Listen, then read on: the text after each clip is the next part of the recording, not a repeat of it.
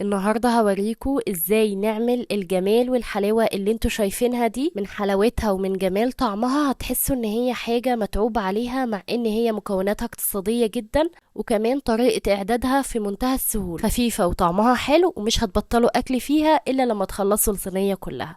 بس قبل ما نبدأ الفيديو ما تنسوش تشتركوا في قناتي على اليوتيوب، ولايك وشير لو عجبكم الفيديو. في حلة او في كسرولة على النار بحط كوباية من السكر، وبستنى على السكر لحد ما يسيح من تحت، وببدأ أقلبه من تحت لفوق بالطريقة دي كده. بنكرمل السكر لحد ما يديني اللون البني الفاتح، ونخلي بالنا النار تكون وسط، وكمان نفضل نقلب فيه كده علشان ما يتحرقش معانا. وأول ما يتكرمل والسكر معايا يدوب تماما بنضيف له كوباية من المية السخنة. بنضيفها بالتدريج على مرحلتين، ولو تلاحظوا لما ضفت المية السكر بدأ يكتل معايا، كملوا عادي وقلبوا الكتل دي مع المية اللي احنا حطيناها، هتبدأ تفك واحدة واحدة. وخلاص كده بعد لما كتل السكر دابت معايا تماما، مع كوباية المية اللي احنا حطيناها في الأول بنحط كمان كوباية من المية. المقادير كلها بالتفصيل هسيبها لكم تحت الفيديو في صندوق الوصف.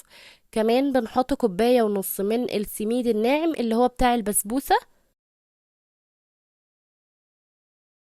وبندي السميد مع السوائل دي تقلبتين كده 3، وانتوا بتقلبوه هتحسوا ان السميد عايم كده في السوائل، ولكن بعد غلوة واتنين السميد ده هيتشرب السوائل دي كلها، والسوائل كمان هتتبخر شوية منها وهيربط وهيبقى معاكوا بالقوام ده. كمان اخر حاجة حطيتها معلقة صغيرة من الفانيليا السايلة، وبقلبهم كده مع بعض تقلبتين 3، وبعدين بشيلهم من على النار واحطهم في الصينية اللي هنستخدمها. الصينية دي اللي بتبقى وسط في الطقم التلاتة.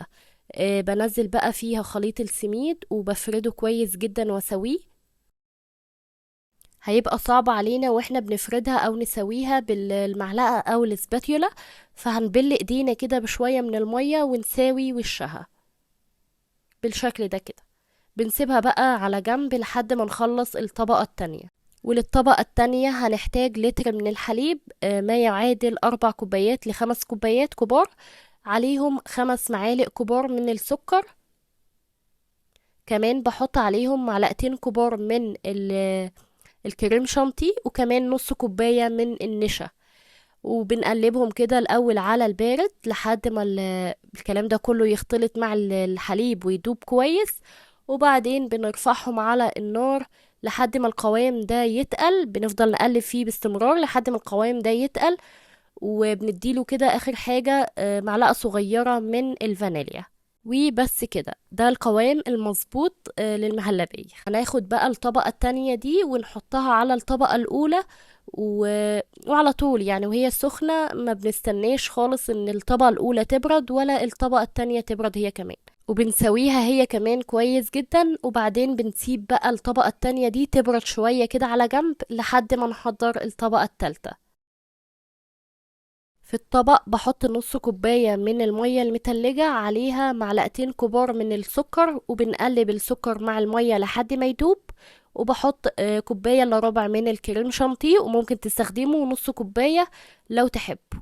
وكمان بحط معلقتين من جوز الهند، وممكن تستغنوا عنه تماما لو ما بتحبوش. نقلبهم كده الاول مع بعض علشان الكريمة ما تطرش في وشنا واحنا بنضربها، وبعدين نخفق على سرعة عالية لحد ما الكريمة يتضاعف حجمها وتبقى معانا بالشكل ده كده. وفي الوقت ده انا كنت سايبة الصينية حوالي نص ساعة كده تبرد تماما، وبعدين حطيتها النص ساعة التانية في التلاجة لحد ما الطبقة التانية دي بردت تماما، علشان لما اجي احط الكريمة بالشكل ده كده ما تسيحش خالص على الوش. بنساوي بقى الكريمة هي كمان كويس جدا على الوش لحد ما يبقى سطحها أملس بالشكل ده كده. وآخر حاجة بنعملها ان بنرش شوية مكسرات كده على الوش من فوق، فستق سوداني شوية كده من جوز الهند لو تحب. وبنبدأ بقى نقطعها، ممكن تبردوها شوية وممكن تقطعوها على طول. شوفوا لي بقى جمال الطبقات وشكلها اللي يفتح النفس بجد. قد ايه الحلا ده جميل وشكله كده فاخر وراقي، واللي هيشوفه بجد كده وهيدوقه هيقول لا الحلا ده اكيد متعوب عليه او شاريينه من بره. ما شاء الله، حلا لذيذ ورهيب كمان، وطريقة اعداده في منتهى السهولة بجد. طعمه بجد حلو قوي، ولقمة ورا التانية، ومش هتبطلوا اكل فيها بجد. خفيف جدا ومش تقيل خالص، وهيعجبكم بجد. جربوه بقى وهستنى رأيكم، واتمنى تعملوا لي لايك وشير للفيديو ده. مع السلامة يا حلوين.